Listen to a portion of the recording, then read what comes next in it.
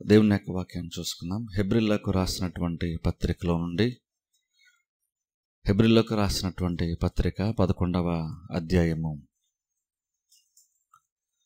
6వ వచనము నేను చదువుతాను. హెబ్రీ పత్రిక 11వ అధ్యాయము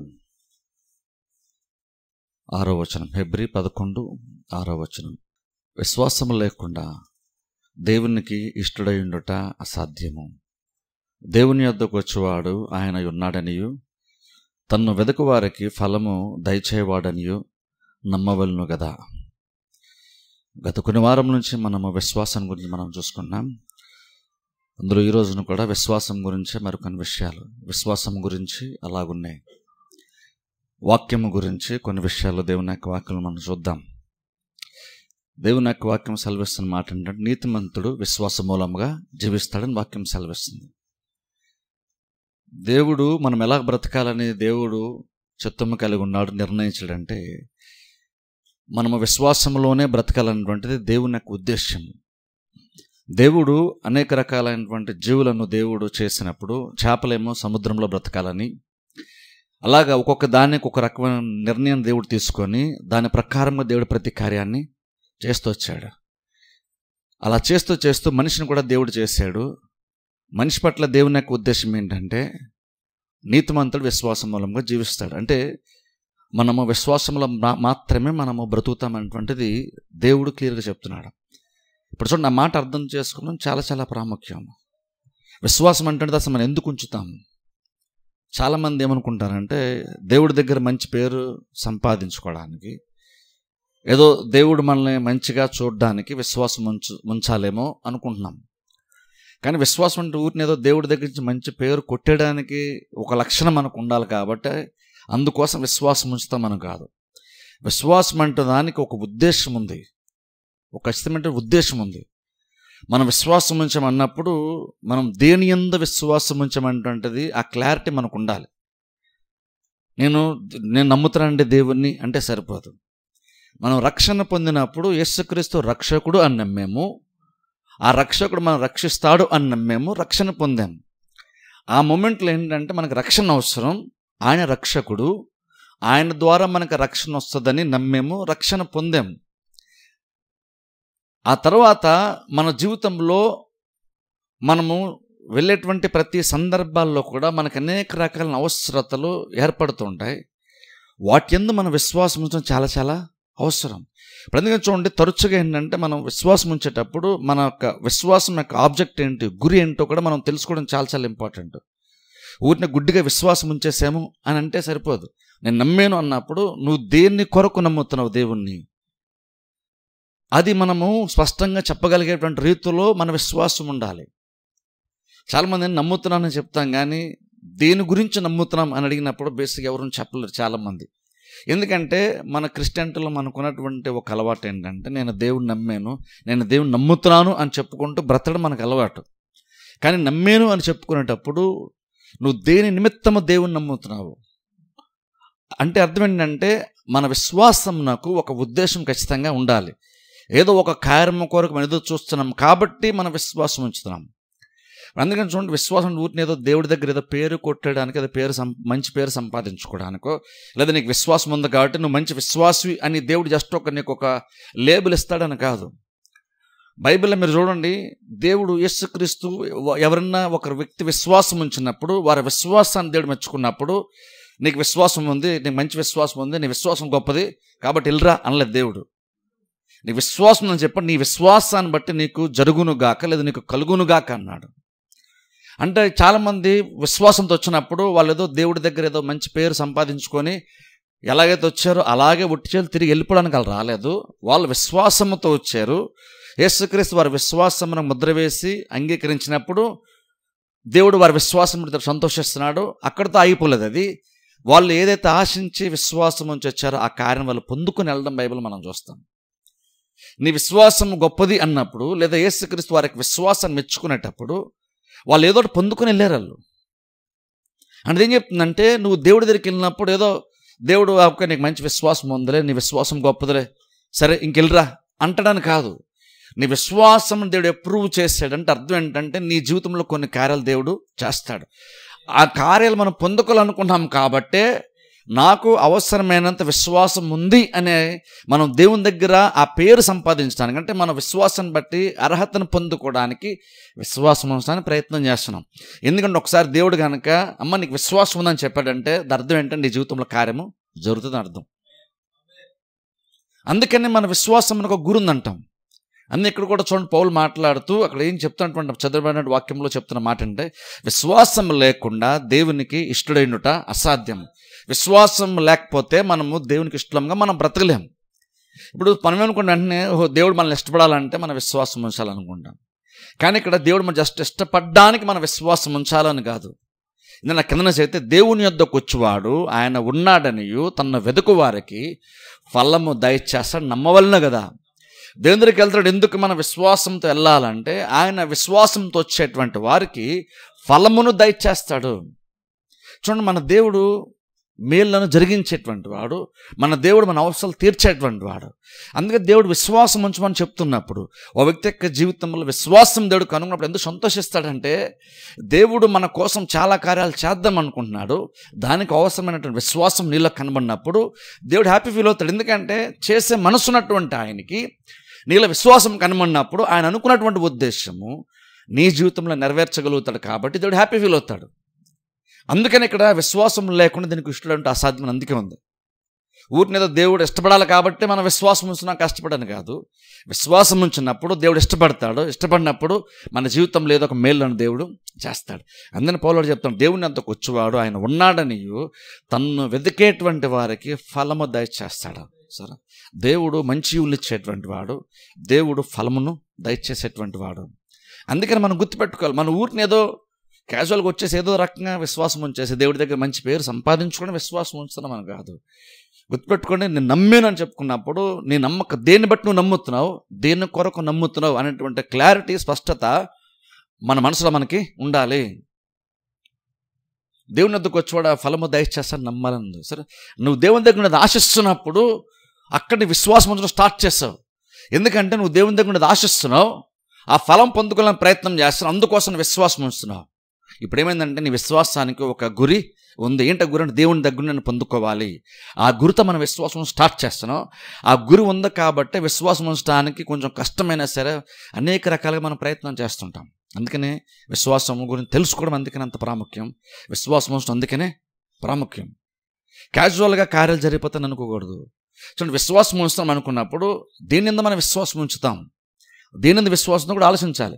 విశ్వాసం అంటే దేవుడు నీకేమి ఇవ్వకుండా నువ్వు నమ్మని చెప్తాడని కాదు. నువ్వు ఏం నమ్మాలో కూడా దేవుడే మనకు చెప్తాడు. అది ఇక్కడ విషయం. దేవుడు ఎంత గొప్పోడంటే, ఎంతగా మనకు సపోర్ట్ చేసేటువంటి వాడంటే, నువ్వేదో గుడ్డుగా ఏదో నువ్వు ఊరిని నువ్వు నమ్ము అని దేవుడు ఊరిని చెప్తాడని కాదు. నువ్వు ఏ కార్యంలో నువ్వు నమ్మిక ఉంచాలో కూడా దేవుడే చెప్తాడు. దేవుడు నీకు ఒక విషయాన్ని తెలియజేసి ఆ విషయం చెప్పడం ద్వారా నువ్వు ఎందులో విశ్వాసం ఉంచాలో కూడా విశ్వాసం ఉంచడానికి అవసరమైనటువంటి ఒక దర్శనం లేదా ఆలోచన మాటను కూడా దేవుడే మనకి ఇస్తాడు. అందుకనే చూడండి, ఊరినే నేను విశ్వాసం ఉంచుతుంటే కాదు, నువ్వు విశ్వాసం ఉంచాలి. ఫస్ట్ ఆఫ్ ఆల్ ఏం జరగాలంటే, దేవుడు నువ్వు ఎందులో విశ్వాసం ఉంచాలో దేవుడు నీకు కొన్ని విషయాలు ముందు పెడతాడు. అది నువ్వు చూసి అర్థం చేసుకుని అప్పుడు వాటి మీద మన విశ్వాసం ఉంచడం అవసరం. అంటే అర్థం ఏంటో రకంగా చెప్పాలంటే, నీకు నువ్వుగా ఏదో కష్టపడిపోయి ఏదో నీకు తెలియనటువంటి ఏదో ఒక దానిలో విశ్వాసం ఉంచడానికి ప్రయత్నం చేస్తున్నామని కాదు. దేవుడు కొన్ని విషయాలు తన మనసులో ఉన్నటువంటి కొన్ని విషయాలు నీ ముందు పెడతాడు. అది నువ్వు చూస్తావు, అర్థం చేసుకుంటావు. కాబట్టి ఎక్కువ నుండి వాటి ఎంత మన విశ్వాసము ఉంచుతాం. అంటే అందుకని చూడండి, నేను ఏదో రకంగా విశ్వాసం ఉంచుతానండి, ఏదో రకంగా కష్టపడతాను విశ్వాసం ఉంచడానికి అంటే కాదు. ఏదో ఒకదాన్ని విశ్వాసం ఉంచుతాను అంటే కాదు. మన విశ్వాసం గుడ్డిగా మన విశ్వాసం ఉంచుతామని కాదు. మన విశ్వాసానికి షార్ప్ ఒక గురి ఖచ్చితంగా ఉంటుంది. ఈ కార్యముల కొరకు ఒక గురి ఉంటుంది మనకి. ఆ కార్యముల నిమిత్తము మన విశ్వాసం ఉంచుతున్నాం. అందుకనే దేవుని దగ్గర రావడం అందుకంత ఇంపార్టెంట్. ఎందుకంటే నువ్వు విశ్వాసం ఉంచాలని మాత్రమే దేవుడు చెప్తాను కాదు, నువ్వు విశ్వాసం ఉంచడానికి ఏమైతే అవసరమో వాటిని కూడా దేవుడు ఇస్తాడు. నువ్వు దేని నమ్మాలో కూడా దేవుడే నీకు ఒక రకంగా మెటీరియల్ లాగా, నీకు రా మెటీరియల్ లాగా ఇస్తాడు. నువ్వు విశ్వాసం ఉంచాలి. కానీ నువ్వు దేని యందు విశ్వాసం ఉంచవచ్చు, వేటి కార్యాలను విశ్వాసం ఉంచవచ్చో కూడా దేవుడే నీకు వాక్యం ద్వారా తెలియజేస్తాడు. అందుకనే వాక్యం లేకుండా విశ్వాసం రాదు. వాక్యం లేకుండా విశ్వాసము రాదు. అందుకే చూద్దాం, చూడండి, రోమపత్రికలోకి ఒకసారి వెళ్దాం. రోమపత్రిక 10వ అధ్యాయం. రోమపత్రిక 10వ అధ్యాయము 7వ వచనం చదువుతాను. రోమపత్రిక 10వ అధ్యాయము 7వ వచనం నుండి చదువుతాను. ఇక్కడ పౌలు రక్షణ గురించి మాట్లాడుతున్నాడు. రక్షణ గురించి మాట్లాడుతూ చెప్తున్నాడు విషయం. రక్షణ ఎలా వస్తుందో చెప్తున్నాడు. చూడండి 10వ అధ్యాయము 7వ వచనం నేను చదువుతాను. 10వ అధ్యాయము 7వ వచనము 6వ వచనం నుంచి చదువుకుందాం. అయితే విశ్వాసమూలము ఒక నీతి ఇలాగూ చెప్పుచున్నది, ఎవడు పరలోకమునకు ఎక్కిపోవును అనగా క్రీస్తును క్రిందకి తెచ్చుటకు, లేక ఎవడు అగాధములోనికి దిగిపోవును అనగా క్రీస్తును మృతుల్లో నుండి పైకి తెచ్చుటకు అని నీవు నీ హృదయంలో అనుకొనవద్దు. అదేమని చెప్పుచున్నది, గమనించండి, వాక్యము నీ యొద్దను నీ నోటను నీ హృదయంలో ఉన్నది. గమనించండి, ఇక్కడ రక్షణ గురించి మాట్లాడుతూ రక్షణ ఎలా వస్తుంది, ఒక మనిషి రక్షణ పొందాలంటే రక్షణ ఎలా వస్తుంది, ఒక మనిషికి రక్షణ లేదంటే నీతి ఎలా వస్తుంది అంటే ఇక్కడ పౌలు అంటున్నాడు, ఎవరు ఆకాశంలోకి ఎక్కిపోతారో క్రీస్తుని కిందకి తీసుకొని రావడానికి, లేదంటే ఎవరు పాతాళంలో దిగిపోయి యేసుక్రీస్తుని మృతులను తీసుకొని రావడానికి అని నువ్వు అనుకోవద్దు అంటూ రకంగా చెప్తున్నాడంటే, దేవుడు ఆల్రెడీ నీకు రక్షణకి ఏ కార్యమైతే అవసరమో రక్షణ కార్యం ఆల్రెడీ దేవుడు చేసేసాడు. కాబట్టి ఇంకా ఏదో జరగాలేమో, క్రీస్తు ఇంకా ఏదో చెయ్యాలేమో, ఆయన దిగి రావాలనో లేదా మృతుల్లోని తిరిగి లేపబడాలనేమో, దేవుడే ఇంకేదో చెయ్యాలని నువ్వు దేవుని కోసం వెయిట్ చేయొద్దు. నువ్వు ముందుకు వచ్చిన విశ్వాసం నేర్చుకొని చెప్తున్నాడు పౌలు. ఇక్కడ గమనించండి, దేవుడు ఏదో చెయ్యాలి అని నువ్వు దేవుడి కోసం వెయిట్ చేస్తున్నాను కాదు. పౌలు అంటున్నాడు, ఎవరు క్రీస్తుని పైకి ఎక్కి ఆకాశంలోకి ఎక్కిపోయి క్రీస్తు కిందకి తీసుకొస్తాడు, లేదా పాతాళంలోకి వెళ్ళి మృతుల్లోని క్రీస్తుని ఎవరు పైకి లేపుతారు అని ఇక్కడ పౌలు మాట్లాడుతున్నాడు. అంటే ఏం చెప్తున్నాడంటే, దేవుడు ఇంకేదో చెయ్యాలేమో అని, దేవుడు చెయ్యాలి అని నువ్వు ఎదురు చూడొద్దు. నువ్వేం చేయాలి, నువ్వు టైం వేస్ట్ చేయకుండా విశ్వాసం నేర్చుకొని చెప్తున్నాడు. ఏంటి, దేని మీద విశ్వాసం ఉంచాలంటే ఆల్రెడీ దేవుడు కొన్ని కార్యాలు చేసేసాడు, వాటి మీద విశ్వాసం ఉంచు. ఎందుకు దేవుడు ఏమేమి చేశాడు నాకు ఎలా తెలుస్తుంది అంటే అక్కడ పౌలు చెప్తున్నాడు. చూడండి, అలా అంటున్నాడు, చూడండి, అలా అనుకోద్దని చెప్తే 8వ అంటున్నాడు, వాక్యము నీ యొద్దను నీ నోటను నీ హృదయంలో ఉంది. చూసారా, అంటే నువ్వు ఇప్పుడు దేన్ని నమ్మాలో కూడా పౌలు అక్కడ చెప్తున్నాడు. నువ్వు దేన్ని నమ్మాలి, నువ్వు దేని యందు నమ్మిక ఉంచాలంటే నేను అదే కదా చెప్పాను అంటున్నాడు. ఏదైతే ప్రసంగం చేశానో, ఏదైతే నేను వాక్యం చెప్పానో, ఏ వాక్యమైతే నువ్వు విన్నావో, ఏ వాక్యమైతే నీ హృదయంలోకి వెళ్ళిందో అది మేము ప్రకటించిన విశ్వాస వాక్యం చూస్తాను, నువ్వు దాన్నే నమ్మంటున్నాడు. దేవుడు ఇంకేదో చేయాలని కాదు, దేవుడు ఇంకేదో చేయడం కోసం చూడద్దు. వాక్యం మీద మైండ్ పెట్టు. నేను ఇందడు ఏదైతే ప్రసంగం చేశానో, ఇందడు ఏదైతే మీకు తెలియజేస్తానో అది ఆల్రెడీ నీ దగ్గర ఉంది. నువ్వు ఇంకేదో జరగాలేమనుకోవద్దు. నీ జీవితంలో కార్యము పొందుకోవడానికి ఏదో జరగాల్సిన అవసరం లేదు. ఎంత దగ్గరలో నువ్వు ఉన్నావంటే, నేను ప్రకటించాను వాక్యం చూసారా, అది జస్ట్ నీ దగ్గర నీకు అందుబాటులో ఉంది, నీ హృదయంలో ఉంది. అది మేము ప్రకటించే విశ్వాస వాక్యమే. నువ్వు దాని మీద మైండ్ పెట్టి అంటున్నాడు. సరే, ఇక్కడ రక్షణకి గురి ఏంటి, రక్షణ పొందాలంటే విశ్వాసం ఉంచాలి. కానీ విశ్వాసం ఎక్కడ బిగిన్ అవుతుందంటే పౌలు అంటున్నాడు, నువ్వేం చేయాల్సిన అవసరం లేదు, నేను చెప్పాను కదా, వాక్యం సువార్త చెప్పాను కదా, నువ్వు విన్నావు కదా, నువ్వు దాన్ని నమ్మంటున్నాడు, ఇంకేదో కాదు. అంటే ఇక్కడ పౌలు ఏం చెప్తాను, నువ్వేం నమ్మాలో కూడా నేను చెప్తున్నాను. ఇక్కడ నేను నమ్మిక ఉంచడానికి నేను వాక్యం చెప్పాను, సువార్త చెప్పాను. ఇప్పుడు నీకు ఏం నమ్మాలో నీకు తెలుసు. ఏం నమ్మాలి అంటే, నేను ఏదైతే చెప్పానో, ఏదైతే నీ దగ్గర హృదయంలో వాక్యం ఉందో నువ్వు దాన్నే నమ్మాలి. అది నమ్మితే నీకు రక్షణ వచ్చేస్తుంది. అంటే చూడండి, ఒక వ్యక్తి ఒకటి నమ్మడానికి మునుపు ఏం జరగాలి అంటే వాక్య పరిచర్య జరగాలి. వాక్య పరిచర్య జరగకుండా ఎవరు కూడా ఏది నమ్మలేం. ఎందుకంటే ఊరిని నమ్ముతున్నామని కాదు, నువ్వు నమ్మాలి అంటే ఏం నమ్మాలో కూడా దేవుడు నీకు చెప్తాడు. ఎలాంటి కార్యాలు నమ్మాలో, నువ్వు దేని నమ్మిక ఉంచాలో కూడా దేవుడే నీ ముందు ప్రజెంట్ చేస్తాడు. అందుకే చూడండి, రక్షణ ఎలా వస్తుందో వ్యక్తికి, ఆయన ఏదో కష్టపడి, ఒక అన్యుడైనా సరే ఎవరైనా సరే వాళ్ళే కష్టపడి యేసుక్రీస్తు ఏదో రకంగా తెలుసుకోవడానికి ప్రయత్నం చేస్తాను కాదు. సువార్త ప్రకటించడం ద్వారా సువార్థికులు వారి ముందు ఏమి నమ్మాలి, ఏం నమ్మాలో వాళ్ళ ముందు పెడుతున్నారు. వాక్య బోధ ద్వారా, సువార్త బోధ ద్వారా వాళ్ళ ముందు పెడుతున్నారు. అది వినినటువంటి వాడు దాన్ని ఏం నమ్మాలో తెలుసుకుంటున్నాడు, దాన్ని నమ్ముతున్నాడు. నువ్వు వినకుండా ఏం నమ్మాలో నీకు యాక్చువల్గా తెలీదు. అందుకే నువ్వు విశ్వాసంలో ఎదగటానికి, విశ్వాసం ఉంచడానికి వాక్య బోధ ఇంపార్టెంట్ అంటున్నాను. అందుకనే, ఎందుకంటే నువ్వేదో ఇంట్లో కూర్చొని కూడా కష్టపడి ఏదో రకంగా నేను నమ్మేస్తానండి అంటే కాదు. నువ్వు నమ్మాలంటే నువ్వేం నమ్మాలో కూడా నీకు తెలియాలి కదా. ఫస్ట్ ఆఫ్ ఆల్ ఎలాంటి కార్యాలను నమ్మిక ఉంచాలని తెలియాలి కదా. అలా తెలియాలంటే దానికంటే ముందు వాక్యం ప్రకటింపబడాలి. వాక్యం ప్రకటించబడితే నువ్వు వినిన తర్వాత, ఓహో నేను ఈ కార్యం ముందు నమ్మాలి, లేదా నేను దీని యందు నమ్మిక ఉంచాలి, దీని యందు విశ్వాసం ఉంచాలి అని నీకు అప్పుడే తెలుస్తుంది. వాక్య బోధదారనే నీ విశ్వాసమునకు ఒక గురి ఏర్పడుతుంది. అప్పుడు ఎక్కువ నుండి దేవుడు మనతో మాట్లాడి వాక్యం అందించిన దాన్ని బట్టి అప్పుడు మన ఎక్కువ నుండి దాని మీద మన విశ్వాసం ఉంచుతాం. ఒక సువార్త ప్రకటించబడిన తర్వాతే ఒక వ్యక్తి సువార్త యందు విశ్వాసం ఉంచి రక్షణ పొందుతాడు. అలాగే వేరే వేరే కార్యాలందు కూడా విశ్వాసం ఉంచాలంటే నువ్వు చర్చకు వచ్చి వాక్యం వినిన తర్వాతనే నీ విశ్వాసం అంటే స్టార్ట్ అవుతుంది. వాక్యం అంటే లేకుండా నీకు విశ్వాసం రాదు. అందుకని పౌలు అది మేము ప్రకటించే విశ్వాస వాక్యం అన్నాడు. చూసారా, మేము అంటే వాక్యంలోనే విశ్వాసం ఉంది. అందుకే నువ్వేం నమ్మాలి నీకు తెలుసు అంటే నువ్వు వాక్యము ఫస్ట్ ఆఫ్ ఆల్ విను. ఎందుకంటే ఆ వాక్యము విశ్వాస వాక్యము. నువ్వు వాక్యం వినిన తర్వాతే నువ్వు ఏ కార్యం మీద విశ్వాసం ఉంచాలో నీకు తెలుస్తుంది. నేను నిన్న దినం చెప్పాను చూసారా, శనివారం వచ్చాక అర్థమవుతుంది. ఆ రక్తస్రావం గల స్త్రీ చాలామంది డాక్టర్ దగ్గరికి వెళ్ళి మరింత సంకట పడిందని బైబిల్ మనం చూస్తాం. కానీ ఓ టైం వచ్చినప్పుడు ఆమె యేసుక్రీస్తు గురించి వినిందంట. ఆమె యేసు గురించి వినిన తర్వాత ఆమెకు అనిపించింది వెంటనే, నేను గనక వెళ్ళి ఆయన వస్త్రపు చెంగును మాత్రం ముడితే నేను బాగుపడుదును, బాగుపడతానేమో ప్రయత్నం చేద్దాం అన్నది బాగుపడుదును అని ఆమెకు అర్థమైపోయింది. ఆ నమ్మకం ఎలా వచ్చింది ఆమెకు అంటే ఆమె వినిన తర్వాతనే నేను కూడా స్వస్థత పొందుకోగలను అని అనిపించింది. నాకు కూడా నా లైఫ్ బెటర్గా మారడానికి నాకు కూడా అవకాశం ఉంది అని అర్థమైంది. నా ప్రాబ్లంకి సొల్యూషన్ ఉంది అని అర్థమైంది. సొల్యూషన్ ఉందని మాత్రమే కాదు, నా ప్రాబ్లం సాల్వ్ అయిపోద్ది అని కూడా ఆమెకు అర్థమైంది.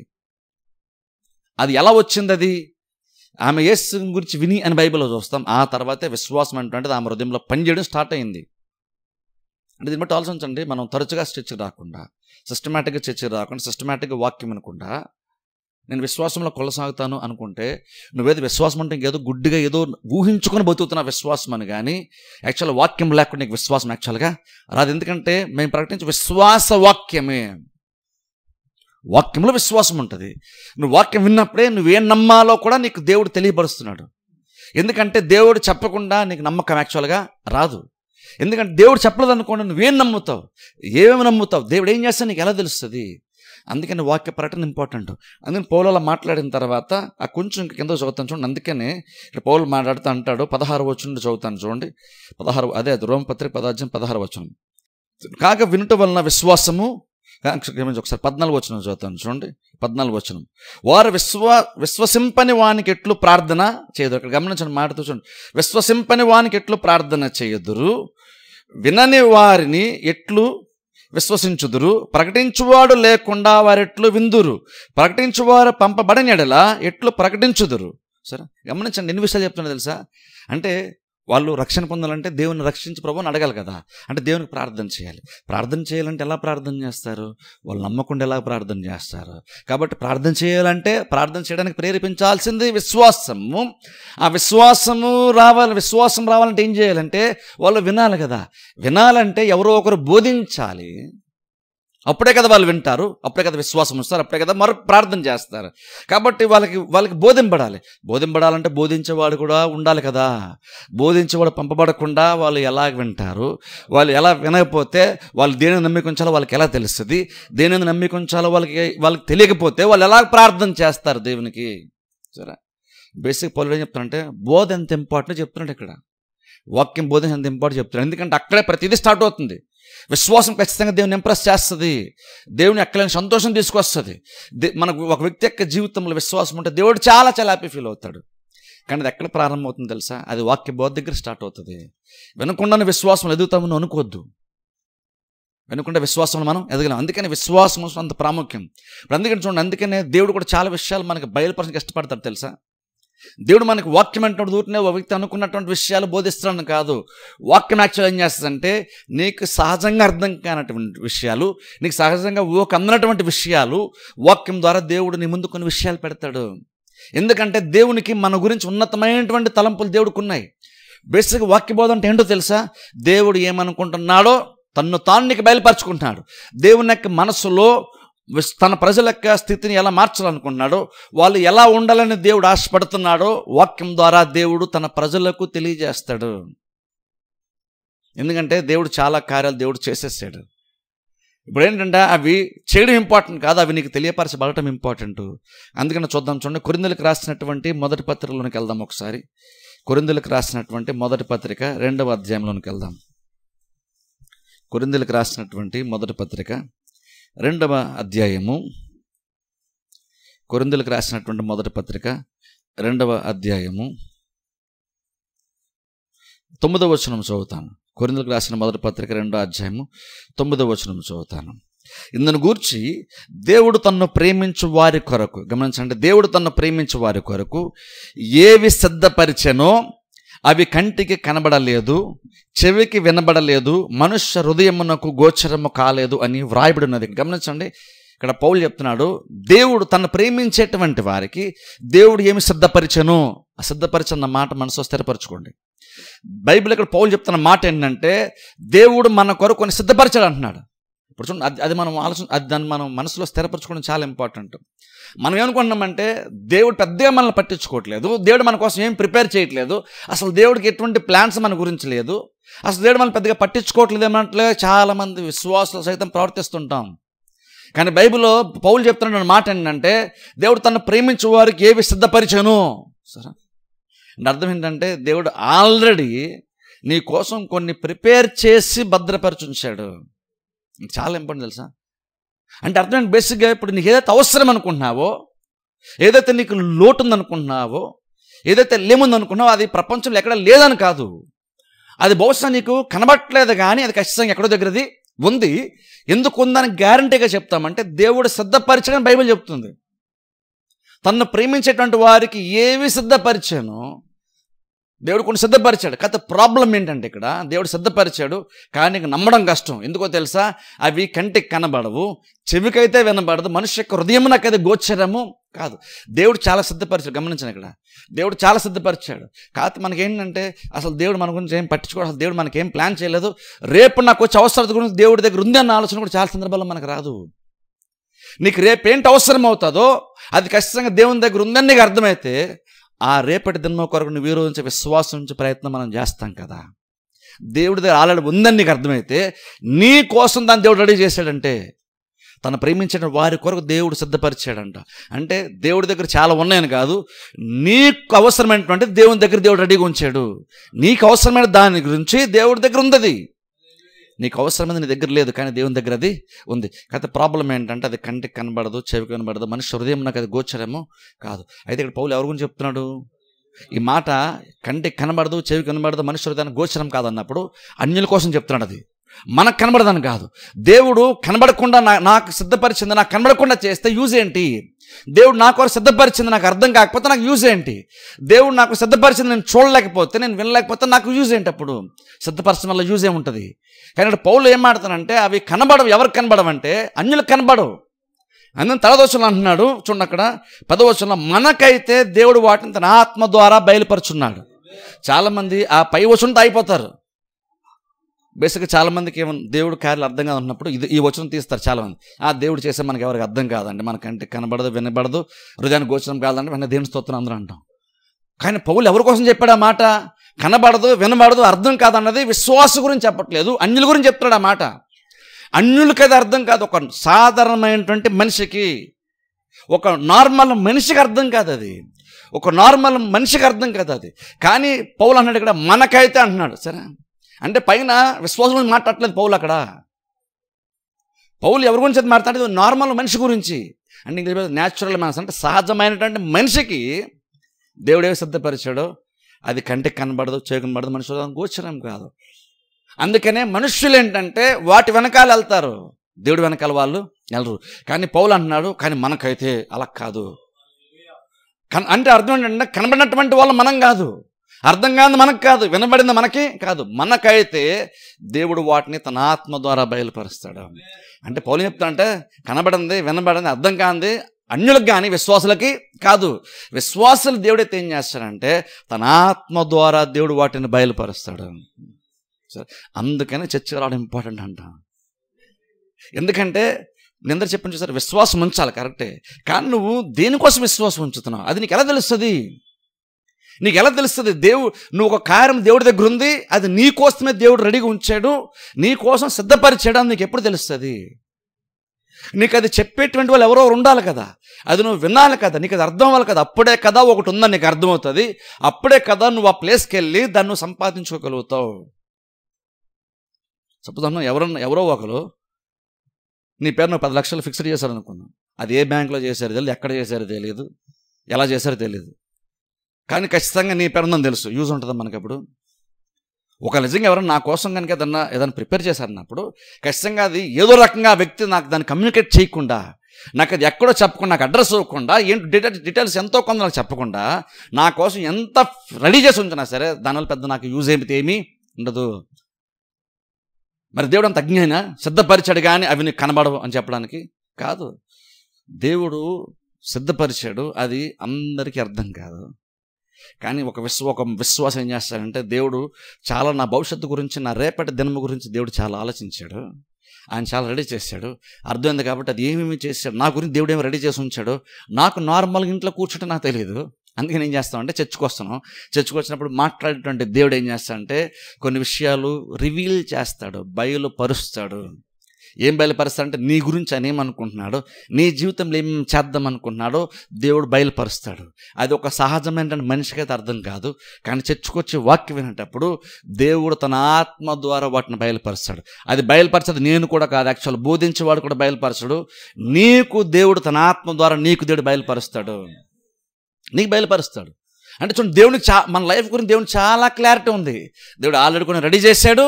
అది మూమెంట్ వచ్చినప్పుడు నీకు బయలుపరచాలని కూడా దేవుడు అనుకుంటున్నాడు.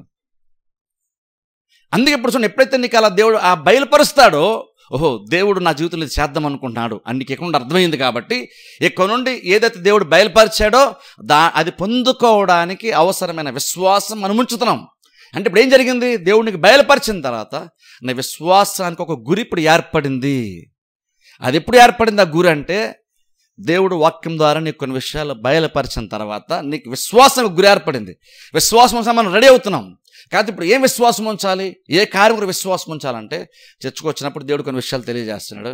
అప్పుడు ఏం చేస్తానంటే నువ్వు విశ్వాసం ఉంచాలని రెడీగా నువ్వు ప్రిపేర్ అయ్యి అన్ని రకాలు ప్రిపేర్ అయ్యి ఉన్నావు. కాకపోతే ఇదేంది విశ్వాసం ఉంచాలి, దేవుడు ఏం చేయబోతున్నాడో మనకు తెలియట్లేదు. చర్చకు వచ్చిన తర్వాత ఏం చేస్తానంటే నువ్వు విశ్వాసం ఉంచి రెడీ ఉన్నావు కదా, ఇగో నేను ఈ కార్యం చేయబోతున్నాను అని నీ విశ్వాసానికి ఒక డైరెక్షన్ దేవుడు ఇస్తున్నాడు, ఒక గురిని దేవుడు ఇస్తున్నాడు. అప్పుడు ఎలాగో విశ్వాసం ఉంచాలి, నువ్వు రెడీగా చర్చకొచ్చావు. ఇప్పుడు నీ విశ్వాసం ఒక డైరెక్షన్ దేవుడు ఇచ్చాడు. ఇప్పుడు ఆ డైరెక్షన్లో నువ్వు విశ్వాసం ఉంచుతూ కంటిన్యూ అవడానికి ప్రయత్నము చేస్తావు. ఆలోచన దేవుడు చాలా సిద్ధపరిచాడు. ఎందుకంటే మనం బయట ఎక్కడో ప్రయాసపడి శ్రమపడి మన కష్టంతోనే బ్రతుకుతాం అనుకుంటాం. నేను అంటాను నువ్వు అంత కష్టంతోనే బ్రతకాల్సిన అవసరం లేదు. యాక్చువల్గా దేవుడు నీ కోసం చాలా విషయాలు రెడీ చేసి ఉంచాడు. నీ కష్టం మీద ఎక్కువ నమ్మకం ఉంచకుండా దేవుని మీద ఎక్కువ నమ్మకం ఉంచడం నేర్చుకోవాలి. ఎందుకంటే నువ్వు కష్టపడితే వచ్చే దానికంటే ఇంకా దేవుడు బెటర్గానే మన జీవితాలు మారుద్దాం అనుకుంటున్నాడు. నీ సామర్థ్యానికి మించినటువంటి ఒక స్థితిని దేవుడు ఇద్దాం అనుకుంటున్నాడు. తెలుసా, మనం ఎంతసేపు ఏంటంటే దేవుని నమ్ముకుంటున్నాం, కానీ ఇంకొన్ని అన్యుల్లాగానే మనం చేసేటువంటి జాబ్ మీద అన్యులు ఎలాగైతే కష్టం మీద వేరే వేరే కార్యం మీద డిపెండ్ అయ్యి బతుకుతూ పైకి వచ్చే ప్రయత్నం చేస్తున్నారు. చాలా సందర్భాల్లో మనం దేవుణ్ణి అయితే నమ్మాము, కానీ మిగిలినటువంటి విషయాలు మాత్రం మనం కూడా అన్యుల్లాగానే ప్రయత్నం చేస్తుంటాం. కష్టపడి మంచిదే, డ్యూటీ చేసుకుని మంచిదే, దాన్ని ఎవరు కాదంటలేదు. కానీ ఇంకొన్ని ఎగుతు పెట్టుకుని కష్టానికి మించినటువంటి ఆశీర్వాదం దేవుడు ఇవ్వడానికి దేవుడు రెడీగా చూస్తున్నాడు. నీ సామర్థ్యానికి మించిన దేవుడు ఇవ్వడానికి ఇష్టపడుతున్నాడు. అందుకే ఇప్పుడు విశ్వాసం ఉంచిన అవసరం. నీ పరిధిలో ఉండేదైతే విశ్వాసించాల్సిన అవసరం లేదు కదా. ఎందుకంటే విశ్వాసం ఏం చేస్తుంది, నీకు సామర్థ్యాన్ని ఇస్తుంది. ఇప్పుడు అందుకని ఏం చేస్తున్నప్పుడు నీ సామర్థ్యాన్ని మించినటువంటి కార్యం కూడా నువ్వు ఆశపడితే మాత్రం ఖచ్చితంగా చర్చకు రావాలి. ఖచ్చితంగా వాక్యం వినడం మీద నువ్వు మైండ్ పెట్టాలి. దేవుడు బయలుపరిచినప్పుడు దాన్ని అర్థం చేసుకునేంత మనస్సు మనకి ఉండాలి. నీ సామర్థ్యాన్ని మించి నువ్వు బతకాలనుకుంటే, లేదండి నాకంటూ కొంత చదువు ఉంది, నాకంటూ కొంత ఏదో చేసుకోగలిగే సామర్థ్యం ఉంది, నేను బతికేస్తాను అనుకుంటే మీరు చర్చకొచ్చి టైం వేస్ట్ చేసుకునే అవసరమే లేదు. కానీ లేదు, దేవుడు మన కొరకు సిద్ధపరిచాడంట. అది నా స్థాయికి మించినటువంటి కార్యాలు, నా కెపాసిటీకి మించింది, నా చదువుకి నా రాబడికి మించింది దేవుడు సిద్ధపరిచాడు అని నీకు అర్థమైనప్పుడు అప్పుడు మనం ఏం చేయాలంటే, దేవుడు చాలా నా కోసం రెడీగా ఉంచాడు కదా, నేను అవి తెలుసుకోవాలి కదా, తెలుసుకుంటేనే కానీ నేను విశ్వాసం ఉంచలేను కదా. అందుకని నేను చర్చకి వెళ్తానప్పుడు చర్చకు వస్తాను. మనం దేవుడు సిద్ధపరచడం చెప్తున్నప్పుడు నీ సామర్థ్యానికి మించి దేవుడు సిలువ కార్యం ద్వారా ఏం చేశాడో ఆయన కెపాసిటీ తగ్గట్టుగా నీ కొరకు సిద్ధపరుస్తాడు, కానీ నీ కెపాసిటీ తగ్గట్టుగా దేవుడు సిద్ధపరచడు.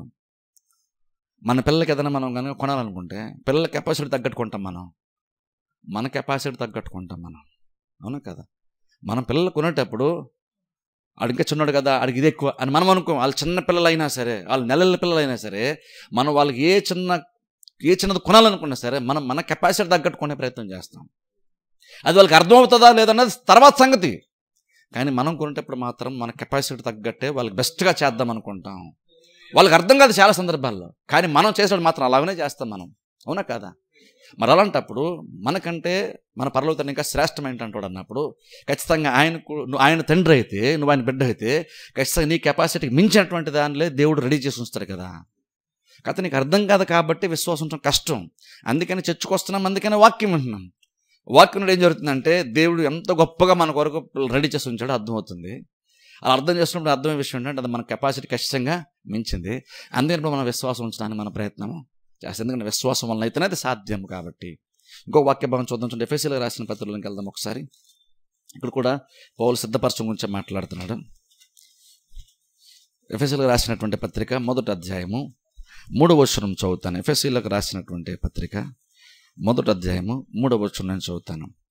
మన ప్రభువు అయిన యేసుక్రీస్తు యొక్క తండ్రియగు దేవుడు స్తుతింపబడునుగాక. ఇక్కడ గమనించండి, ఆయన క్రీస్తునందు పరలోక విషయములలో ఆత్మ సంబంధమైన ప్రతి ఆశీర్వాదమును మనకు అనుగ్రహించను. సరే, ఇక్కడ చూడండి, క్రీస్తునందు పరలోక విషయములలో ఆత్మ సంబంధం ప్రతి ఆశీర్వాదం అనుగ్రహించాను. గమనించండి, చాలా మిస్లీడింగ్ వచ్చిన ఏంటంటే ఆత్మ సంబంధమైన అన్న పదం మనకు మిస్లీడింగ్ ఇక్కడ. ఎందుకంటే దేవుడు ఇక్కడ ఆశీర్వదించాడని ఇక్కడ పౌలు చెప్తున్నాడు. కానీ చాలామంది అనుకుంటే ఇవన్నీ ఆత్మ సంబంధమైన ఆశీర్వాదాలు అని అంటారు. ఎందుకంటే ఆత్మ సంబంధమైన ప్రతి ఆశీర్వాదం అని ఉంది కాబట్టి ఇందులో భౌతికమైనది లేదండి, అంతా ఆత్మ సంబంధమైనది అంటారు. కానీ యాక్చువల్లీ ఇక్కడ పౌలు ఏం చెప్పే ప్రయత్నం చేస్తాడంటే దేవుడు ఎప్పుడు సిద్ధపరిచాడు, ఇక్కడ పరలోక విషయంలో ఆత్మ సంబంధం అంటున్నాడు. ఎందుకని ఆత్మ సంబంధం దేవుడు ఎందుకు సిద్ధపరిచాడు? ఆశీర్వాదము అంటే అందులో భౌతికమైనది ఏమీ లేదని కాదు, అంటే నీకు స్వస్థత సంబంధించి అందులో లేదని కాదు, నీ ఆహారం సంబంధించిన అందులో లేదని కాదు. యాక్చువల్గా ఆత్మ సంబంధం ఎందుకంటే అప్పటికి ఇంకా జగత్తు పునాది వేయబడక మునిపే దేవుడు కొన్ని రెడీ చేశాడు మన కోసం. అది ఇక్కడ పౌలు చెప్తున్నాడు. ఎందుకని ఆత్మ సంబంధంగా అని పౌలు ఇక్కడ వాడుతున్నాడంటే భూమి పుట్టక మునిపే, అంటే ఒక భౌతికమైన పదార్థం అనేటువంటి ప్రపంచం రాక మునిపే, ఇంగ్లీష్లో మెటీరియల్ వరల్డ్ అంటాం, అంటే భౌతికమైన ప్రపంచం సృష్టించబడక మునిపే దేవుడు మనకు రెడీ చేశాడు. అందుకనే భౌతికమైనది ఏమి లేదు కాబట్టి అంత ఆత్మ సంబంధమైనదే ఉంది కాబట్టి ఆత్మ సంబంధమైనటువంటి రీతిలో దేవుడు ఆశీర్వాదాలు మన కొరకు సిద్ధపరిచి ఉంచాడు. ఇక్కడ కూడా పౌలు చెప్తున్నాడు ఆ విషయాన్ని, దేవుడు మన కొరకు సిద్ధపరిచాడు అంటున్నాడు. అంటే అందుకని ఫస్ట్ ఆఫ్ ఆల్ అది అర్థం చేసుకోవాలి. దేవుడు మన కోసం ఎంత రెడీ చేస్తాడో అర్థమైతే ఎంతో కొంత ఆశ మనకు కలుగుతుంది తెలుసా. విశ్వాసం ఉంచితే బాగుంటుందేమో కదా, నేను కూడా నాలో బెటర్గా మారే అవకాశం ఉంది కదా అని మనకు కూడా ఆ రక్తస్రావం గల స్త్రీ ఎలాగైతే వినిన తర్వాత ఆమెకు ఒక నిరీక్షణ వచ్చి ఆశ ఏర్పడిందో, అలా వినిన తర్వాత ఇక్కడ మనకు కూడా ఆశ ఏర్పడుతుంది. అందుకనే కదా వాక్యం ఉండడం ఇంపార్టెంట్ నేను చెప్తున్నాను. ఎందుకంటే వాక్యం వింటే దేవుడు ఏం చేద్దాం అనుకుంటున్నాడో నీకు చెప్పడం మాత్రమే కాదు, కానీ అందులోనే నేను ఎలా ఉంచాలనుకుంటున్నాడు దేవుడు, అది ప్లాన్ రోడ్ మ్యాప్ కూడా మాత్రమే కాదు, కానీ అక్కడ వెళ్ళడానికి అవసరమైనటువంటి సామర్థ్యాన్ని కూడా దేవుడు నీకు ఇస్తున్నాడు. అందుకనే మన విశ్వాసం అందుకే ప్రాముఖ్యం అంటున్నాను. కాకపోతే ప్రాబ్లం ఏంటి తెలుసా, మన ఎంత వాక్యం ఉన్నా సరే చాలా సందర్భంలో దేవుడు చెప్పేది దేవుడు చేస్తాన్నవి మనం నమ్మడం చాలా వరకు మనకి కష్టంగా ఉంటుంది. ఎప్పుడు మీరు ఆలోచించారా, మనం మనుషులతో చెప్తే టక్కని నమ్మేస్తాం, కానీ దేవుడు చెప్తే ఎందుకు నమ్మడం కష్టంగా ఉంటుంది ఆలోచించారా. దేవుడు ఒకసారి అబద్ధం అనలేదు, దేవుడు ఒకసారి మాట తప్పలేదు, ఆయన చేస్తానని చెప్పి ఆయన చేయకుండా ఎప్పుడు లేడు. కానీ ఒక దేవుడి మీద ఎంతో ప్రేమ ఉంటుంటే మనము దేవుడు అంటే ఇష్టంగానే ఉంటాం, కానీ దేవుడు చెప్పింది ఎందుకు మన స్థితిని మార్చే విషయంకి వచ్చేసరికి దేవుడు నేను బెటర్గా మారుస్తాను, నీ స్థితి కడపటి స్థితి కంటే రాబోతున్న దినముల్లో బెటర్గా ఉంటుందని దేవుడు చెప్పినప్పుడు మనకెందుకు నమ్మడం కష్టంగా ఉంటుంది ఆలోచించండి. బేసిక్గా మనకి దేవుడి మీద ఇష్టం లేక కాదు, మనం దేవుడిని ఆలో నమ్మాం, దేవుడి మీద ఎంతో కొంత ప్రేమ మనకు ఉంది, గౌరవం ఉంది. కానీ ప్రాబ్లం ఏంటంటే దేవుడు మన స్థితిని మారుస్తాను గురించి నేను ఎంత గొప్పగా చేస్తాను దేవుడు చెప్తున్నప్పుడు నమ్మడం ఎందుకు కష్టంగా ఉంటుందంటే నీ ప్రస్తుత స్థితికి దేవుడు చెప్పేదానికి చాలా గ్యాప్ ఎక్కువ ఉంటుంది. ఎంత గ్యాప్ ఉంటుందంటే అది ఎంత గొప్పగా ఉంటుందంటే దేవుడు చెప్పింది అది నీ సామర్థ్యానికి మించింది కాబట్టి మనం నమ్మడం మనకు సాధ్యం కాదు, నమ్మడం సాధ్యము కాదు. కానీ దేవుడి యొక్క సామర్థ్యాన్ని బట్టి ఆలోచించండి, దేవుడు ఏమేమి చేయగలడు. ప్రాబ్లం ఏంటో తెలుసా, మనం ఏంటంటే దాన్ని నిజమే అనిపిస్తుంది, కానీ ఎక్కడో దగ్గర ప్రాక్టికల్గా వస్తే మాత్రం నమ్మడం మనకు కొంచెం కష్టంగా ఉంటుంది. విన్నంతసేపు బాగానే ఉంటుంది, కానీ బయటికి వెళ్ళక ఏందో కానీ అది మనం బేసిక్ వదిలేసి మళ్ళీ మనం కష్టం మీద మనం ఆధారపడుతుంటాం. మనం ఒక విషయం చూపిస్తాను చూడండి, కొలసీలకు రాసిన పత్రికలోకి వెళ్దాం ఒకసారి, ఇందులో మనకు ఆన్సర్ దొరుకుతుంది. కొలసీలకు రాసినటువంటి పత్రిక 1వ అధ్యాయము 13వ వచనం చదువుతాను. కొలసీలకు రాసినటువంటి పత్రిక 1వ అధ్యాయము 13వ వచనం చదువుతాను. కొలసీలకు రాసిన పత్రిక 1వ అధ్యాయము 13వ వచనం. ఆయన మనలను అంధకార సంబంధమైన అధికారము నుండి విడుదల చేసి తాను ప్రేమించిన తన కుమారుని యొక్క రాజ్యాన్ని వాసులుగా చేసే. గమనించిన ఇక్కడ చూడండి, 2 రాజ్యాల గురించి అక్కడ పౌలు మాట్లాడుతున్నాడు. ఒకటేమో అంధకార రాజ్యము, ఒకటేమో దేవుని యొక్క రాజ్యం. మనకు కొంచెం నమ్మడం ఎందుకు కష్టమవుతుందో చెప్పే ప్రయత్నం చేస్తున్నాను. నమ్మాలని మనకు ఉంటుంది, కానీ ఎందుకో కానీ నమ్మడానికి ఎందుకో మనకి చాలా ఇబ్బంది ఉంటుంది. ఎక్కడో దగ్గర నమ్మాలని బేసిక్గా ఉంటుంది, కానీ ఎందుకో కానీ నిజంగానే దేవుడు మన స్థితిని మారుస్తాడు అని నమ్మే విషయంకి వచ్చేసరికి మనకి ఎందుకు కొంచెం కష్టంగా ఉంటుంది, నమ్మసక్యంగా ఉండదు మనకి. దానికి రీజన్ ఏంటో చెప్పే ప్రయత్నం చేస్తాను. ఇక్కడ బైబిల్ మనం చూస్తే, ఇక్కడ బైబిల్ పోలి చెప్తున్నారంటే మనకు ఇంతకుముందు యొక్క స్థితి, ప్రస్తుతం యొక్క స్థితి గురించి మాట్లాడుతున్నాను. ఇంతకుముందు మనం ఇంతకుముందు మన యొక్క స్థితి ఏంటంటే అంధకార రాజ్యంలో మనం ఉన్నామని పౌలు చెప్తున్నాడు. యాక్చువల్గా అక్కడ తాకుండా అన్నాడు చూడండి, సంబంధమైన అధికారములో నుండి. అది ఇంతకుముందు మనం ఏదైతే వదిలేసి వచ్చామో అది ఫస్ట్ అంధకార రాజ్యం అని మాత్రమే కాదు, కానీ అది సాతానిక రాజ్యం, అందుకే అంధకార రాజ్యం. కానీ అక్కడితో కాదు, కానీ అక్కడ అన్నాడు చూడండి, అధికారం కింద ఉన్నాం మనం ఒకప్పుడు. గమనించండి ఈ విషయం, ఇది చాలా ఇంపార్టెంట్. ఇక్కడ జస్ట్ ఏదో నువ్వు చీకటి రాజ్యంలోంచి వెలుగు రాజ్యంలోకి వచ్చాను మాత్రమే కాదు, చీకటి రాజ్యం ఎలా ఉండదో చెప్తున్నాడు. అక్కడ అంధకార రాజ్యం ఎలా ఉండదంటే అక్కడ ఒక అధికారం ఉంది. ఖచ్చితంగా అక్కడ అధికారి ఎవరో మనకు తెలుసు, అంధకార రాజ్యం కాబట్టి ఖచ్చితంగా సాతాను అంటే అధికారి. ఇప్పుడు చూడండి, 2 రాజ్యాల మధ్య డిఫరెన్స్ చెప్పే ప్రయత్నం చేస్తున్నాను. నువ్వు దేని రాజ్య వారసులు ఉన్నావంటే నువ్వు ఎంత బెటర్ ప్లేస్లోకి వచ్చావో, ఎంత శ్రేష్టమైనటువంటి స్థలంలో ఉన్నావో, ఎంత శ్రేష్టమైన రాజ్యంలో ఉన్నావో మనకు అర్థం కావట్లేదు. అందుకు ఒకసారి వెనక్కి వెళ్తే నువ్వు అసలు ఒకప్పుడు ఏ రాజ్యంలో ఉన్నావో ఇక్కడ చూస్తే మనకు అర్థమవుతుంది.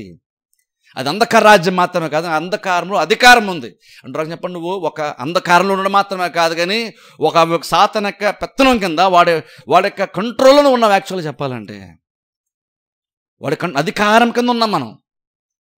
అది చీకటి రాజ్యము, అది మాత్రమే కాదు, కానీ అధికారంలో ఉన్నాం. కానీ బైబిల్ చెప్తే మార్చాం, అక్కడ నుండి విడుదల చేసి. చూస్తారు ఆ మాట ఇంపార్టెంట్, విడుదల చేసి. ఇంగ్లీష్ బైబిల్ అయితే రెస్క్యూ అని వస్తుంది. రెస్క్యూ అంటే అర్థం ఏంటంటే ప్రమాదం ఉన్నటువంటి వారిని చూడండి, ఇప్పుడు వరదలు అయ్యి వచ్చేసి ఎవరన్నా కనుక ఆ నీళ్ళ మధ్యన ఎక్కడైనా చిక్కుబడిపోతే రెస్క్యూ టీం వెళ్తారు, రెస్క్యూ చేశారంటారు. అంటే ఏం చేస్తారు, వాళ్ళు పడవలు వేసుకొని గజెత్తగాల్లో హెలికాప్టర్లు వెళ్ళి వాళ్ళని ప్రమాదములో నుండి వాళ్ళని తప్పిస్తారు. అలాగే బైబిల్కి చెప్తున్నాడు విడుదల చేసి అంటే బేసిక్గా మీనింగ్ ఇంగ్లీష్ బైబిల్ అయితే రెస్క్యూ అని వస్తుంది. అంటే అర్థం ఏంటంటే అంధకార రాజ్యంలో, చీకటి రాజ్యంలో అక్కడ ఒక వ్యక్తి యొక్క సాతాను యొక్క డామినేషన్ కింద ఉన్నావు. నువ్వు బయట రాలేవు. దేవుడు వచ్చి ఏం చేశాడంటే నిన్ను అక్కడి నుంచి నేను రక్షించాడు. ఎక్కడి నుంచి, చీకటిలోంచి రక్షించాను కాదు, మరో వ్యక్తి యొక్క అధికారము కింద నుండి నేను దేవుడు రక్షించాడు. రక్షణ అక్కడ తాపలేదు. బైబిల్ చెప్తున్న మాట ఏంటంటే ఇక్కడ చూడండి, దేవుడు మరొక రాజ్యంలో మనల్ని ప్రవేశపెట్టాడు. ఇప్పుడు ఈ రాజ్యం ఎలా అంటే తెలిసి ఇక్కడ చూడండి, చాలా అద్భుతంగా ఉంటుంది. తాను ప్రేమించిన తన కుమారుని యొక్క రాజ్య నివాసులుగా చేశారు. చూసారా, ఇప్పుడు ఈ రాజ్యం ఎలాంటిది? ఇప్పుడు వెలుగు రాజ్యము, ఇక్కడ దేవుడు అధికారి అని కూడా కాదు. ఇక్కడ మాట్లాడుతున్న మాట ఏంటో సార్, ఇది దేవుని యొక్క రాజ్యం అనే కాదు, దేవుడు ప్రేమించినటువంటిది. ఇక్కడ జస్ట్ ఇక్కడ నువ్వు దేవుని కింద ఉన్నావు, దేవుని యొక్క అధికారం మీద ఉన్నావు కాదు, దేవుని యొక్క రాజ్యం నాకు వారసులుగా నువ్వు ఉన్నావు. ఇక్కడ దేవుడిని డామినేట్ చేయడం యాక్చువల్. ఇక్కడ గమనించండి, ఇక్కడ ఇంతకుముందు సాతాను బలవంతంగా నేను డామినేట్ చేసేవాడు, కానీ ఇప్పుడు దేవుని యొక్క రాజ్యం ఎంత గొప్పదంటే దేవుడు నీకెంత వాల్యూ ఇస్తున్నాడు చెప్తున్నాను. దేవుడు నీకు ఎంత వాల్యూ ఇస్తున్నాడంటే నిన్ను ఇప్పుడు ఇంతకుముందు సాతాను డామినేట్ చేశాడు, ఇప్పుడు నిన్ను దేవుడు డామినేట్ చేస్తాడని కాదు. దేవుడిని యాక్చువల్ నేను బలవంతం ఏది చేయట్లేదు, దేవుడిని డామినేట్ చేయట్లేదు, నిన్ను వారసుడుగా ఆ పొజిషన్ దేవుడు ఇక్కడ రాజ్యంలో పెట్టాడు. ఇది కేవలం వెలుగు రాజ్యము, ఇక్కడ దేవుడు రాజు, దేవుడు డామినేట్ చేస్తాడని కాదు. ఇక్కడ దేవుని రాజ్యం నిన్ను డామినేట్ చేసే ఎవరు ఉంటారు? యాక్చువల్గా నిన్ను ప్రేరేపించే వాళ్ళు ఉంటారు, ఇన్స్పైర్ చేసే వాళ్ళు ఉంటారు, కానీ నిన్ను డామినేట్ చేసే వాళ్ళు దేవుని యొక్క రాజ్యంలో ఉండరు. దేవుని రాజ్యంలో బలవంతం అన్నది ఏది ఉండదు. అందుకనే బలవంతంగా ప్రార్థన చేయడం, బలవంతంగా దేవుని కూడా బలవంతంగా ఇంకేది చేయడం దేవుని రాజ్యంలో ఉండదు. బలవంతము అన్న కాన్సెప్టే దేవుని యొక్క రాజ్యంలో ఉండదు. ఒకప్పుడు వేరే రాజ్యంలో అది ఉంది, చీకటి రాజ్యంలో ఉంది, కానీ దేవుని యొక్క రాజ్యంలో అది లేదు. ఇది వెలుగు రాజ్యము, ఇందులో దేవుని నుంచి వారసులుగా చేశాడు. వారసు అంటే అర్థం ఏంటంటే నీకు ఈ రాజ్యము, వెలుగు రాజ్యము, ఇందులో నీకు చాలా స్వాతంత్రం ఉంది. ఎంత స్వాతంత్రం ఉందని నువ్వు జస్ట్ పన్నుడువు కాదు, ఇక్కడ నువ్వు వారసుడివి. వారసు అంటే కుమారుడివి. దేవుని యొక్క రాజ్య వారసులుగా మనల్ని చేశాడంట. చూడండి, ఇప్పుడు ప్రాబ్లం ఏంటి తెలుసు, ఇక్కడ నువ్వు చీకటిలో ఉండి వెలుగు రాజ్యంలోకి వచ్చావు. ఆ రాజ్యానికి ఈ రాజ్యానికి చాలా డిఫరెన్స్ ఉంది. ఎందుకంటే ఒక ఎక్స్ట్రీమ్గా పాత రాజ్యంలో సాతాను డామినేట్ చేశాడు, అది చీకటి రాజ్యము. ఇప్పుడు ఈ రాజ్యంలో దేవుడు వచ్చాడు, కానీ సరే దేవుడు కూడా ఇప్పుడు డామినేట్ చేయడం. ఇక్కడ దేవుడు నేను వారసులా చేసి నీకు ఇవ్వాల్సిన ఫ్రీడమ్ దేవుడు నీకు ఇచ్చాడు. ఇప్పుడు రెండింటికి ఎంత డిఫరెన్స్ ఉందంటే నువ్వు అందులో ఉండి ఈ రాజ్యంలోకి వచ్చిన తర్వాత ప్రాబ్లం ఏంటంటే నువ్వు ఇంకా ఆ రాజ్యంలాగానే ఆలోచిస్తావు. అది ప్రాబ్లం. మనం ఇందులోకి వచ్చిన తర్వాత చాలా కాలం అక్కడ ఉన్నాం కాబట్టి మనం ఇంకా ఇందులోకి వచ్చిన తర్వాత కూడా ఇంకను మన మైండ్ మాత్రం బేసిక్గా అలాగే ఉంటుంది. అందుకని మనం నమ్మడం కూడా కష్టం తెలుసా. అందుకనే ప్రాబ్లం గురించి మాట్లాడండి. ముందు బతకడం కష్టం అండి. రేట్లు పెరిగిపోతున్నాయి, గవర్నమెంట్ సరిగా లేదు, మనం ఎవరు పట్టించుకోవట్లేదు. ముందు బతకడం చాలా కష్టం. ముందు గడ్డి తినాలంటే అందరం ఓకేనేస్తాం. అది మాత్రం ఎవరు దానికి అది అభ్యంతరం చెప్పడానికి ఎవరికి ఎటువంటి ఇబ్బంది లేదు. నిజమేనండి అనేస్తాం అందరం. క్రిస్టియన్స్ కూడా మనం అనేస్తాం.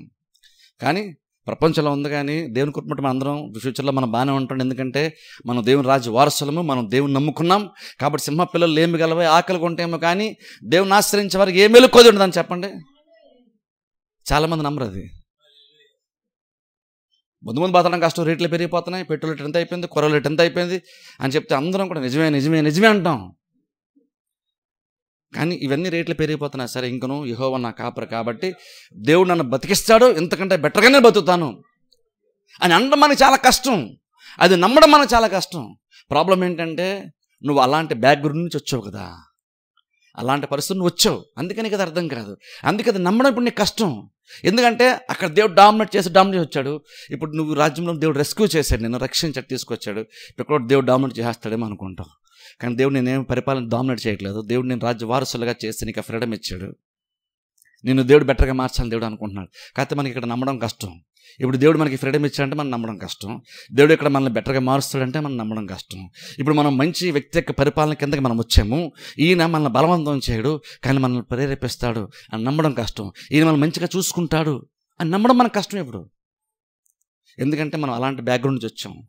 ఇప్పుడు అందుకని ఒక విశ్వాస సైతము నమ్మకుండా ఉండడం చాలా ఈజీ తెలుసా. కొన్నిసార్లు విశ్వాసం ఎందుకు కష్టంతో ఆలోచించండి. విశ్వాసం ఉంచకపోవడం మనకు చాలా ఈజీ. అందుకని మనకు అది ఈజీగా ఉంది కాబట్టి నమ్మకుండా ఉండడమే మనకు చాలా ఈజీగా ఉంది. అందుకని అదే చేసుకుంటూ వెళ్ళిపోతాం. ఎందుకంటే అది ఈజీగా ఉంది మనకి, ఎందుకంటే అలవాటు అయిపోయింది కాబట్టి. ఇప్పుడు చూడండి, ఎగ్జాంపుల్ చెప్తాను. ఇండియాలో డ్రైవింగ్ చేసేటప్పుడు లెఫ్ట్ సైడ్ డ్రైవింగ్ చేస్తాం, అంటే రోడ్లో లెఫ్ట్ సైడ్ వెళ్తాం. ఇప్పుడు కార్ అని అనుకోండి, కార్ స్టీర్ రైట్ సైడ్ ఉంటుంది, ఎందుకంటే మనం లెఫ్ట్ సైడ్ డ్రైవ్ చేస్తాం కాబట్టి కార్ స్టీర్ రైట్ సైడ్ ఉంటుంది. ఇండియాలో నడుపుతాం సడన్గా ఒకరోజు అమెరికా వెళ్ళాం అనుకుందాం. మనకి యాక్చువల్ ఇప్పుడు ఏం అలవాటు అయింది, డ్రైవింగ్ మనకి ఇండియా లెఫ్ట్ సైడ్ అలవాటు అయింది. ఇప్పుడు అమెరికాలో కూడా మనకి ఏది కంఫర్టబుల్గా ఉంటుంది తెలుసా, లెఫ్ట్ సైడ్ డ్రైవింగ్ మనకి ఈజీగా ఉంటుంది. ఎందుకంటే అలవాటు అయిపోయాం. ఇప్పుడు సడన్గా అమెరికా వెళ్ళాక కూడా ఇప్పుడు లెఫ్ట్ సైడ్ డ్రైవింగ్ మనకి ఈజీ. కానీ ప్రాబ్లం ఏంటంటే నాకు ఇండియాలో ఉన్నప్పుడు నాకు అదే అలవాటు, నాకు అదే ఈజీగా ఉంది, నాకు అదే ఎగ్జాక్ట్గా ఉంది కాబట్టి నేను అమెరికాలో కూడా లెఫ్ట్ సైడ్ నడుపుతాను అని మీరు నడపండి. ఆ రాజ్యం వచ్చే బెనిఫిట్స్ మనకు వస్తాయా? ఖచ్చితంగా ప్రాబ్లం వస్తుంది. కానీ నీకు అది ఈజీ అంటే ఈజీనే, నీకు చేయడం చాలా ఈజీ, కానీ నీకు బెనిఫిట్స్ రావు. అలాగే కొన్నిసార్లు అక్కడి నుంచి మనం వచ్చాం కాబట్టి నమ్మకం ఉండడం మనకి చాలా ఈజీ, దాన్ని పెద్ద కష్టపడాల్సిన అవసరం లేదు. అవిశ్వాసంగా ఉండడం పెద్ద కష్టమేమి లేదు, సింపుల్, న్యాచురల్గా వదిలేస్తే చాలు. నీకు ఒక గురి లేదు, నువ్వు చేయాల్సిన అవసరం లేదు, నువ్వు వాక్యం వినాల్సిన అవసరం లేదు, సాధారణ వాక్యం దొంగిలించేస్తాడేమో అని భద్రపరచుకున్న అవసరం లేదు, విశ్వాసం అవసరం లేదు, బేసిక్గా నువ్వేం చేయాల్సిన అవసరమే లేదు. అలా గాలి వదిలేస్తే చాలు, చాలా ఈజీ అది. కానీ ఇప్పుడు మనం వేరే రాజ్యంలోకి వచ్చాం, ఇది దానికంటే ఇది బెటరు, అర్థం చేసుకుని కొంచెం కష్టమైనా సరే నేర్చుకుందాం, విశ్వాసం ఉంచుదాం, ఎందుకంటే మన లైఫ్ బెటర్గా మారుతుంది, ఈ రాజ్యంలో వచ్చే బెనిఫిట్స్ మనకు చాలా ఉంటాయి అని నమ్మడము, ఆ గురి పెట్టుకోవడము, కొంచెం కష్టపడడం మనకు ఇబ్బంది అయిపోతుంది. ఎందుకంటే మనం అలాంటి రాజ్యం నుంచి వచ్చాము, విశ్వాసం ఉంచుకుని ఉండడమే ఈజీ, బతనం కష్టం అంటే ఓకే అండి నిజమేనండి అనడం చాలా మనకి ఈజీ అయిపోయింది. ఇప్పుడు ఆ రాజ్యంలో మనం వచ్చాం కాబట్టి. కానీ గుర్తుపెట్టుకోండి, ఈ రాజ్యం చాలా బెటర్ రాజ్యం.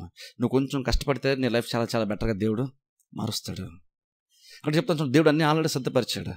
మీకు తెలుసా, ఏదైనా తోటలో మనం చూస్తే లాస్ట్లో 6వ రోజున దేవుడు మనిషిని చేశాడు. అంతకుముందు అన్ని సమస్తాన్ని దేవుడు చేసేసాడు, లాస్ట్లో 6 రోజు మనిషిని చేశాడు.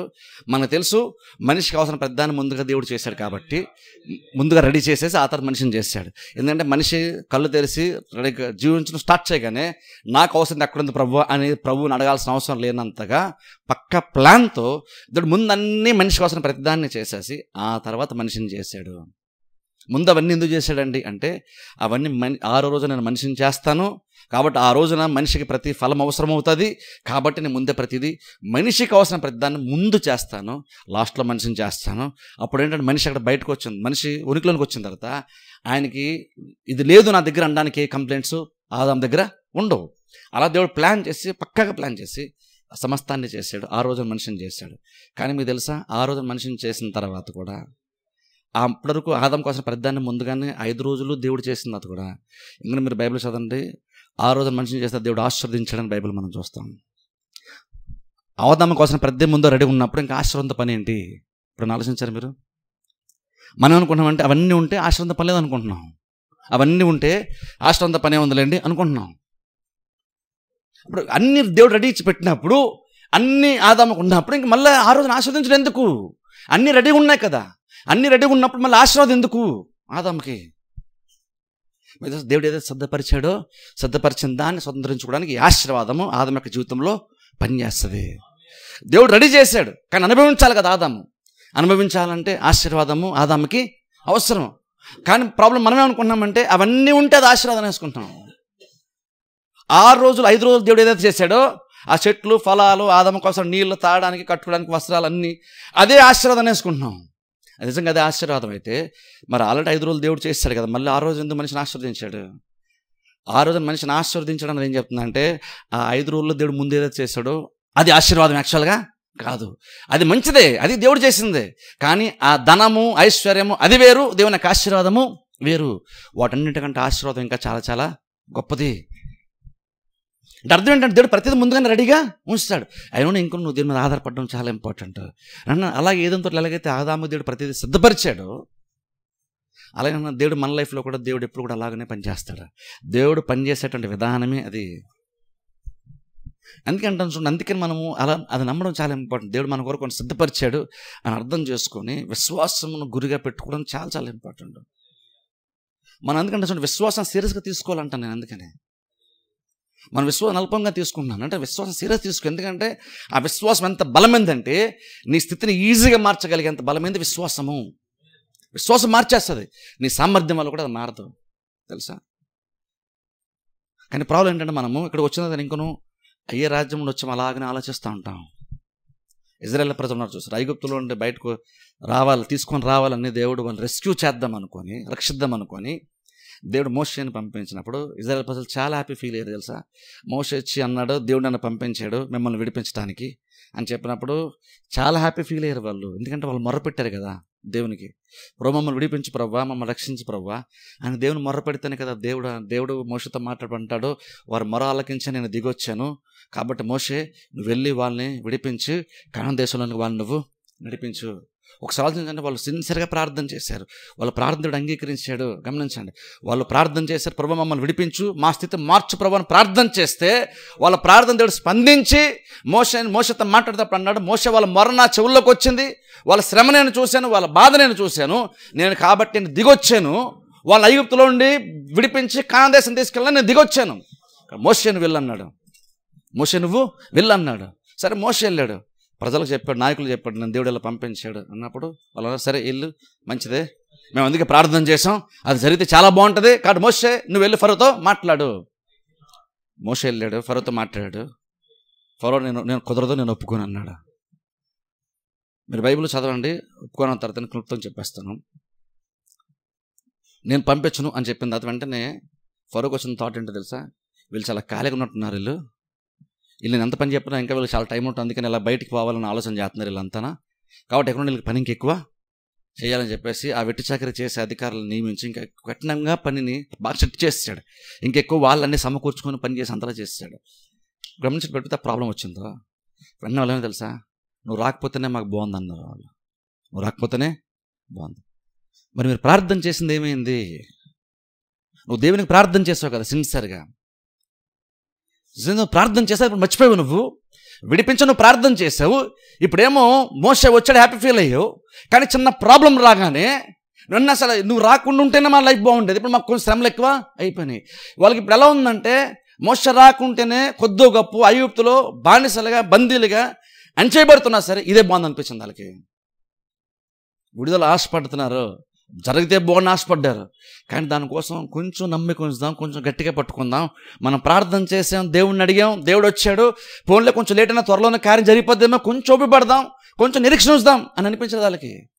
చిన్న ఇబ్బందులు, ప్రార్థన చేసినంతసేపు బాగానే ఉంది, మోషే వచ్చినంతసేపు బాగానే ఉంది, కానీ చిన్న ప్రాబ్లం రాగానే మోషే అసలు ఇది స్టార్ట్ అయిపోతేనే బాగుంటుందేమో అనిపించింది వాళ్ళకి.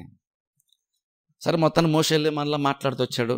ఏదో రకంగా మొత్తానికి చాలా కార్యాల తర్వాత ఏదో రకంగా దేవుడు ఐగుప్తులను బయట తీసుకొచ్చాడు. ఫరో కూడా ఓకే వెళ్ళండి అన్నాడు, ఇష్టం లేకపోయినా పంపించాడు. ఎర్ర సముద్రానికి వచ్చారు, వెళ్ళాలి. ఈలో వెనక్కి తిరిగి చూసుకుంటే ఫరో సైన్యం చేస్తున్నారు. రథముల మీద వచ్చేస్తున్నారు. ఫరో సైన్యం మనసు మార్చుకున్నాడు, వచ్చేస్తున్నాడు. వాళ్ళు ఏమన్నా తెలుసా, అప్పుడు ఐగుప్తులో సమాధులు లేవని ఇక్కడ మమ్మల్ని తీసుకొచ్చాన్నారు మోషేతో. గుర్తుపెట్టుకున్న మాట, ఐగుప్తులో సమాధులు లేవని ఇక్కడ అంటే ఒక రకం ఏమంటారు, సముద్రంలో మునిగి చచ్చిపోవాలా? చచ్చిపోయే విషయానికి వచ్చేసరికి ఎంతకంటే బెటర్గా మేము చావచ్చు. ఎక్కడిది? ఐగుప్తులు చచ్చిపోతే సమాధులు ఉంటాయి, ప్రతి సంవత్సరం వెళ్తాం అక్కడ. మా వంశంలో ప్రతి వాళ్ళందరూ కూడా మా తర్వాత తరలు వస్తారు, చక్క పూలేస్తారు, అన్నీ చేస్తారు. మాకుంటూ సమాధి ఉంటుంది. చచ్చిపోతే వచ్చే సమాధి కోసం ఆలోచించారు కానీ బతుకుంటూ వచ్చేటువంటి కానదేశం గురించి ఆలోచన వాళ్ళకి లేదు. బేసిక్ నిరీక్ష లేనటువంటి జీవితం అక్కడ. మరి ప్రార్థన చేశారు కదా అంటే చేశారు. బయటకు వస్తున్నప్పుడు బాగానే ఉంది, బయటకు వస్తే చాలా హ్యాపీ ఫీల్ అయ్యారు.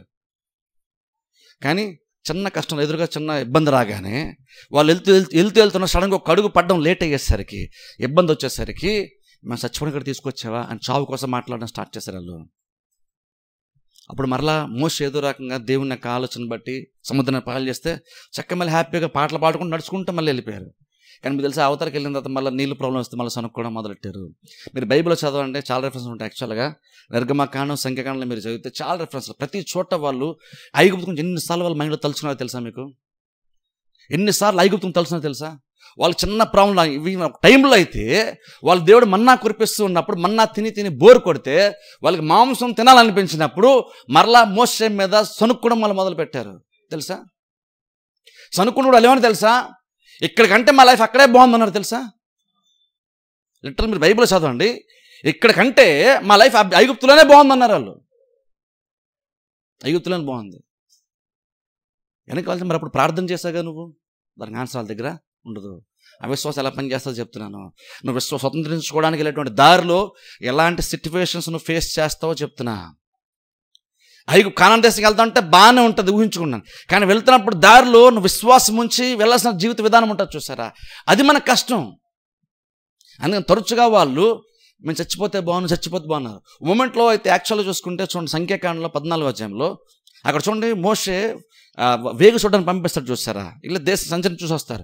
వీళ్ళని అక్కడ కూడా వాళ్ళు మాట్లాడుతున్నప్పుడు కూడా వాళ్ళు ఏమని తెలుసా, ఇక్కడ వరకు ఆల్మోస్ట్ బార్డర్కి వస్తాం, ఇక్కడికంటే మేము అరణ్యంలో చచ్చిపోయినా బాగున్నాను, లేదా ఐగుప్తులో చచ్చిపోయినా బాగున్నాను అన్నారు. తెలుసా? ఇక్కడికి వచ్చి ఇప్పుడు మేము వాగ్దానం స్వతంత్రించుకోవడానికి యుద్ధం చేసి వాళ్ళ కత్తి చావుతో మేము ఖడ్గపాలు అవ్వాలా, మేము వాళ్ళ చేతి కత్తులతో మేము చచ్చిపోవాలా? అదేదో అరణ్యంలో చచ్చిపోయినా బాగున్నాను, ఐగుప్తులోనే చచ్చిపోయినా బాగున్నాను అన్నారు వాళ్ళు. మీకు తెలుసా, ఐగుప్తులో ఉండి కొన్ని కిలోమీటర్లు దాటి వచ్చారు కానీ ఐగుప్తు ఇంకా వాళ్ళ మైండ్లోనే ఉంది. వాళ్ళు బయటకు వచ్చిన తర్వాత కూడా ఐగుప్తునంత కంఫర్టబిలిటీ వాళ్ళకి ఇక్కడ అరణ్యంలో లేదు. వాళ్ళకి ఎందుకు కష్టం ఉంటుందో చెప్తున్నాను. మనకి దేవుని నమ్మకపోవడం ఎందుకు కష్టం ఉంటుంది, అవిశ్వాసంగానే వెళ్ళిపోవడం ఎందుకు ఈజీగా ఉంటుందో చెప్తున్నాను. అవిశ్వాసం ఉండి ఎంత ఈజీగా ఉంటుందో చెప్తున్నాను. వాళ్ళకి ఏమనిపిస్తుంది తెలుసా, కష్టపడి విశ్వాసం ఉంచి యెహోషువ కాలేబు చెప్పింది నమ్మి ఎంతో రకం ఓర్పుతో సహనంతో వెయిట్ చేద్దాం, బలం తెచ్చుకుందాం, దేవుని వైపు చూద్దాం, నమ్మకాన్ని బలపరుచుకుందాం, విశ్వాసం మంచి పోరాడదాం అని లేదు వాళ్ళకి. వెనక్కి వెళ్ళిపోయినా బాగున్నాం. ఓ మూమెంట్లో అయితే వాళ్ళు లిటరల్గా అంటున్నారు, వేరే నాయకుడిని ఏర్పాటు చేసుకుని మరలా అక్కడికి వెళ్ళిపోదాం. ఇన్ని అద్భుతాలు చేసి దేవుడు వాళ్ళని బయట తీసుకొస్తే వాళ్ళు అంటున్నారు మళ్ళీ వెనక్కి ఐగుప్తే బాగుంది వాళ్ళకి. ఎందుకంటే అది వాళ్ళకి ఈజీగా ఉంటుంది అది. కానీ కానాన్ దేశం వెళ్ళాలంటే కొంచెం కష్టంగా ఉంది. కానీ వాళ్ళు బేసిక్ మనిషికి మైండ్ సెట్ ఏంటంటే, అంత కష్టపడుతూ అంత బెటర్ లైఫ్ కోసం అంత కష్టపడడం అవసరమా, నాకు ఈజీగా ఏదైతే ఉందో అదే నేను చేసుకుంటూ వెళ్ళిపోతాను కదా. ఆల్మోస్ట్ బార్డర్ వరకు కానాన్ దేశం బార్డర్కి వచ్చేసి వాళ్ళు వెనక్కి వెళ్ళిపోవడం ఈజీగా ఉంది. కానీ ఇంతవరకు వచ్చాం కదా, గతంలో పొందిన శ్రమ అంతా ఎందుకు వేస్ట్ చేసుకోవడం, కొన్ని ఏదైనా ఉంటే ఇక్కడే ప్రయత్నం చేద్దాం ఏదో ఒకటి అనుకుని ప్రయత్నం చేయాలి కదా. కానీ చేయలేదు. బార్డర్కి వచ్చా కూడా వెనక్కి వెళ్ళిపోదామా అన్నారు వాళ్ళు. వెనక్కి వెళ్ళిపోవడం వాళ్ళకి చాలా చాలా ఈజీగా ఉంది. అది ఎగ్జాంపుల్ ఏంటో తెలుసా, అది మనకేం చెప్తుందంటే, మనం చర్చకొచ్చినప్పుడు వాక్యం వినేటప్పుడు దేవుడు నీ స్థితిని నేను బెటర్గా మారుస్తాను, నువ్వు ఏ స్థితిలో ఉన్నా సరే, నొట్టడి స్థితిలో ఉన్నా సరే నీ స్థితిని బెటర్గా మారుస్తాను, నిన్ను కింద ఉన్నావు కానీ నేను పైవాడిగా నేను చేస్తాను, నీ కుటుంబ జీవితాన్ని ఆశీర్వదిస్తాను, నేను ఫలభరితంగా చేస్తాను, నీ చేతి పనులు ఆశీర్వదిస్తాను, నా అప్పుల నుండి విడిపిస్తాను, అప్పు ఇచ్చేవాడిని నేను చేస్తాను. ఇవన్నీ దేవుడు చెప్పినప్పుడు వినడం చాలా బాగుంటుంది. ఓకే బాగుందని అంటారు. నువ్వు అదే యాక్చువల్గా శనివారం కూడా ప్రార్థన చేయమని అడుగుతావు, అదే ప్రార్థన కూడా చేస్తాం. కానీ తీరా బయటికి వెళ్ళక విశ్వాసం వచ్చేటప్పుడు ఏముంటుంది తెలుసా, అది లేకపోతేనే బాగుంది. ఎందుకంత కష్టపడడం అవసరమా? మరి ప్రార్థన చేసావు, మొర్ర పెట్టావు, అది విన్నప్పుడు దేవుడు చేస్తున్నప్పుడు అంత హ్యాపీ ఫీల్ అయ్యావు, హల్లెలూయా చెప్పావు, బహుశా ఆమేన్ చెప్పావు. కానీ రియల్ సిట్యుయేషన్ వచ్చేసరికి మాత్రము కష్టం మనకి అయిపోతుంది. ఇజ్రాయేల్ ప్రజలు అలాగే ఫీల్ అయ్యారు ఆ రోజున. అందుకని మీరు బైబిల్లో చూడండి, ఆ తరం ఎవరు కూడా ప్రవేశించలేదంట, ప్రవేశించలేదు అంటే. చూడండి, విశ్వాసం కనుక నీకుంటే నువ్వు తరచుగా ఆ రకం మాటలు మాట్లాడవు. వాళ్ళకంత ప్రమాదం లేదు, కానీ చచ్చిపోతే బాగుందన్నారు. బతుకుండి యూజ్ ఏముంది అనుకున్నారు. కాందేశం మాకెందుకు, ఐగుప్తు వెళ్ళిపోతేనే బెటర్. చిన్న చిన్న సమస్యలు, చిన్న వాటర్ స్కార్సిటీ ఉంది, వాళ్ళకి వాటర్ దొరకలేదు, కొంచెం ఓర్చుకుని దేనిపైన ఆధారపడితే వాటర్ ఇస్తాడు, నీళ్ళు ఇస్తాడు, కాందేశం తీసుకెళ్తాడు. కానీ వెంటనే సనుక్కుడు మొదలెట్టి వెనక్కి వెళ్ళిపోతేనే బాగుండదేమో. మన్నా తిని బోరు కొడితే చిన్న ఇబ్బంది వస్తే వెనక్కి వెళ్ళిపోతే మాకు అక్కడే బాగుంది, అక్కడ బీరకాయలు బెండకాయలు తిన్నా ఏదో ఐగుప్తులోనే మాకు బాగుంది, వాళ్ళ ప్రపంచ దేశం మాకెందుకు ఇంత కష్టంతో అనుకున్నారు వాళ్ళు. అలా తరచుగా వాళ్ళ ఐగుప్తుల నుండి బయటకు వచ్చిన తర్వాత కూడా దేవుడు కానీ మోషే కానీ ఏదో రకంగా వాళ్ళ ఐగుప్తుల నుండి బయటకు తెచ్చారు. కానీ వాళ్ళ బుర్రలో స్థిరపడిపోయిన ఐగుప్తులను మాత్రం ఎవరు బయటికి తేలేకపోయారు. సరే, అంటే బేసిక్ అర్థం ఏంటంటే నువ్వు ఫిజికల్ నువ్వు ఐగుప్తు వదిలేస్తే సరిపోదు, నీ మైండ్ సెట్ కూడా మార్చేసుకోవాలి. నీ మైండ్లోంచి ఐగుప్తుని తీసేయాలి. అంటే అర్థం ఏంటి, అంధకార రాజు ఉన్నప్పుడు ఏంటంటే మనం బతకడం కష్టం, నెగిటివ్ టాక్స్ బాగా ఇష్టపడతాం, నెగిటివ్గా మాట్లాడడం. బతకడం కష్టం అండి, ఉండడం కష్టం అండి, ప్రపంచం బాగా పాడైపోయింది, భయంకరంగా మారిపోయింది, ఎలాగైతే మనం బతకలేం. అది మారినప్పుడు చాలా కంఫర్టబుల్ ఫీల్ అయ్యంటే అర్థం ఏంటంటే అవిశ్వాసంగా ఉన్నాను అర్థం. ఆ నెగిటివ్ మాటలు ఎలా ఉండదు తెలుసా, అలాంటి నేను బతకలేము, కష్టము, ఇబ్బంది, ముందు అసలు బతకలేము, చాలా చాలా కష్టం, మనకెవరు సహాయం చేస్తారు, ఇలాంటి మాటలు వచ్చింది అర్థం ఏంటంటే గుర్తుపెట్టుకో, నీకు విశ్వాసం తక్కువ, అవిశ్వాసం ఎక్కువ ఉందని అర్థం. ఎందుకు తెలుసా, యెహోషువ కాలేబేమో వాళ్ళు అవిశ్వాసంగా మాట్లాడి మనం వెనక్కి వెళ్ళిపోదామా, వేరే నాయకుని ఏర్పాటు చేసి వెనక్కి వెళ్ళిపోదాం అన్నప్పుడు యెహోషువ కాలేబు బట్టలు చింపుకున్నారు. అంత బాధ ఎందుకు వాళ్ళకి? మీరు చెప్పిన లక్షల మంది అవిశ్వాసంగా మాట్లాడుతుంటే వీళ్ళు విని తట్టుకోలేకపోయారు. వీరికి ఎంత విశ్వాసం ఉందంటే అవిశ్వాసమైన మాటలు వీళ్ళు చాలా అన్కంఫర్టబిలిటీని ఇచ్చింది వీళ్ళకి. అదే సమయం ఇంకో అక్షరం చెప్పాలంటే వీళ్ళు విశ్వాసంగా ఇద్దరు వ్యక్తులు విశ్వాసంగా మాట్లాడుతుంటే ఈ లక్షల మంది కూడా చాలా ఇబ్బందిగా ఉంది. ఎందుకో తెలుసా, వాళ్ళు విశ్వాసంగా మాట్లాడుతున్నారు, వీళ్ళు అవిశ్వాసం ఉంది. ఈ అవిశ్వాసకి విశ్వాసమైన మాటలు కూడా నచ్చట్లేదు. అంటే మీ ఇంట్లో మాట్లాడుకుంటప్పుడు నువ్వేం మాట్లాడడానికి ఇష్టపడుతున్నావు? ఇంట్లో డిస్కస్ చేసేటప్పుడు ఏం మాటలు, బతలేము అంటే అదే నిజం కరెక్టే అనుకుంటున్నావా? లేదు, నిజంగా నార్మల్గా అయితే మనం బతలేం, కానీ యెహోవా కనుక సహాయం చేస్తే ఖచ్చితంగా మనం స్వతంత్రించుకుంటాం అని అనగలుగుతున్నామా? నీకు ఏది మాట్లాడడం ఈజీగా ఉంది, నీకు ఏది వినడం ఈజీగా ఉంది?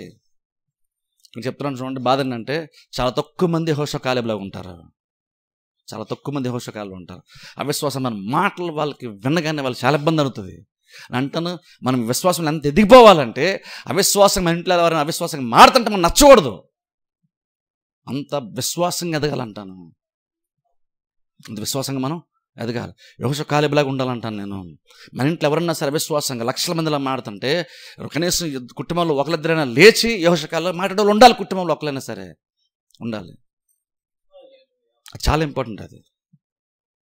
అందుకు ఆలోచించండి, అవిశ్వాసం ఈ లక్షల మందిలా మాట్లాడడం చాలా ఈజీ, ఎందుకంటే మెజారిటీ అలాగే ఉన్నారు. వీళ్ళు అంటున్నారు, లేదు దేవుడు మన నాన్న తెస్తాడు, మనం ఫైట్ చేద్దాం, దేవుడు మనకి ఇస్తాడు, స్వతంత్రించుకుంటాం అంటున్నారు వీళ్ళిద్దరు. కానీ లక్షల మంది మాత్రం కుదరదు, కష్టం. సావడానికి ఎంతవరకు వచ్చాం మనం? వెనక్కి వెళ్ళిపోయేది ఏదో ఐగుప్తులను బతుకుదాం, చచ్చిపోతే అక్కడ సమాధానం కనీసం మనకు ఉంటాయి కదా. చచ్చిపోవడానికి ప్లాన్ చేస్తున్నారు, కానీ కష్టపడి ఏదో రకంగా బెటర్గా బతుకుదాం అనే ప్లాన్ మాత్రం వాళ్ళకి లేదు. అంటే విశ్వాసంగా నువ్వు దేనికి ప్రిపేర్ అవుతున్నావు ఆలోచించండి.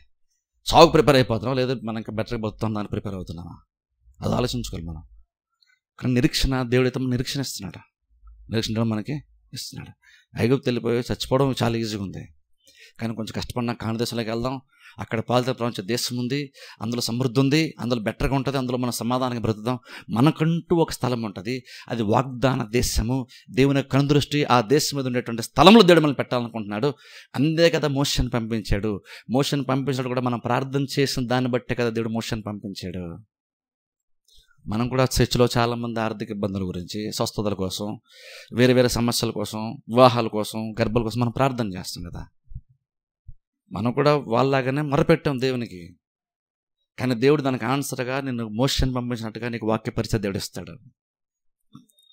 ఫస్ట్ టైం విన్నప్పుడు బాగుంటుంది. మోషే వచ్చాడు ఫస్ట్ టైము, ఫోన్లో మోషే వచ్చాడు, వెళ్ళి మాట్లాడంట ఫరోతో, ప్రాబ్లం మనకు సాల్వ్ అయిపోతారు, ఇంట్లో అందరూ చెప్పుకుంటారు భవిష్యత్తు గుడారాల్లో ఉండే ఇజ్రాయేల్ ప్రజలందరూ కూడా ఐగుప్తులో. కానీ తీరా ఫరో ఒప్పుకోకపోయేసరికి, ఫరో కొంచెం కఠినపరిచేసరికి అసలు మోషే రాకపోతేనే బాగుండేది అనిపించింది వాళ్ళకి. ఎందుకంటే ఇప్పుడు విశ్వాసం ఉంచాలి కష్టమైనా సరే అంటారు చూడండి. కానీ అందుకే పౌలు బైబిల్ చెప్తున్న మాట ఏంటంటే విశ్వాస సంబంధమైన మంచి పోరాడండి. విశ్వాసం మంచి పోరాటం. మన నార్మల్గా పోరాటాలు గొడవలు కొంతమందికి ఇష్టం ఉండదు, కానీ అంటే ఇది మంచి పోరాటం. ఇది యోషువ కాలేబు ఆ పోరాటం ట్రై చేశారు వాళ్ళు. వీళ్ళు పోరాటం లక్షల మంది పడక కాదు, వీళ్ళు ఫైట్ చేసింది కాదు, అవిశ్వాసానికి వ్యతిరేకంగా వీళ్ళు ఫైట్ చేశారు ఇద్దరు యోషువ కాలేబులు. ఇది పోరాటమే, కానీ ఇది మంచి పోరాటం బైబిల్ చెప్తుంది. మంచి విశ్వాసం, మంచి పోరాటం. ఎందుకు మంచి పోరాటం అంటే ఇది నువ్వు ఫైట్ చేస్తే నీ గ్యారంటీకి విజయం నీదే. కాబట్టి పోరాటం మంచిదైంది. ఇది మనం ఏంటంటే ఏం జరుగుతుందో తెలియక పోరాడుతున్నట్టు పోరాటం కాదు. ఇది విజయం సంపాదించుకోవడం కోసం పోరాడుతున్నటువంటి పోరాటం. ఇది బతుకుతామో సస్తామో యుద్ధం తర్వాత తెలుస్తుంది అని కాదు, రిజల్ట్ తెలుసు కాబట్టి ఫైట్ చేస్తున్నాం మనం.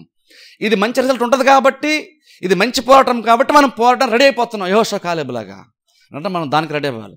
బయటికి వెళ్ళి కష్టపడడం రెడీ అవుతున్నాం విశ్వాసులు మనం, కానీ ఆత్మ సంబంధంగా ఫైట్ చేయడం మాత్రం మనం రెడీ అవ్వట్లేదు. మనం అంటాను విశ్వాసంగా ప్రార్థన చేసి విశ్వాసం నిలబడి దేవుడు ఏదైతే చేస్తానని మన ముందు వాక్యం ద్వారా దేవుడు మనతో మాట్లాడి మన ముందు పెట్టాడో, కష్టమైన ఇబ్బంది అనేసి దాన్ని గట్టిగా పట్టుకుంటే నువ్వు ఇబ్బందుల్లో కూడా నీకు నీళ్ళు కొరత రావచ్చు, నీకు ఆహారం సరిగ్గా లేకపోవచ్చు, శత్రువులు వ్యతిరేకంగా నీకు రావచ్చు, కానీ ఇంకో నువ్వు కొంచెం ఓర్చుకొని ఇంకో నువ్వు యెహోషువ కాలంలో విశ్వాసంగా ఉంటే ఖచ్చితంగా వాగ్దాన దేశంలో దేవుడు నిన్ను అడిగిపెడతాడు.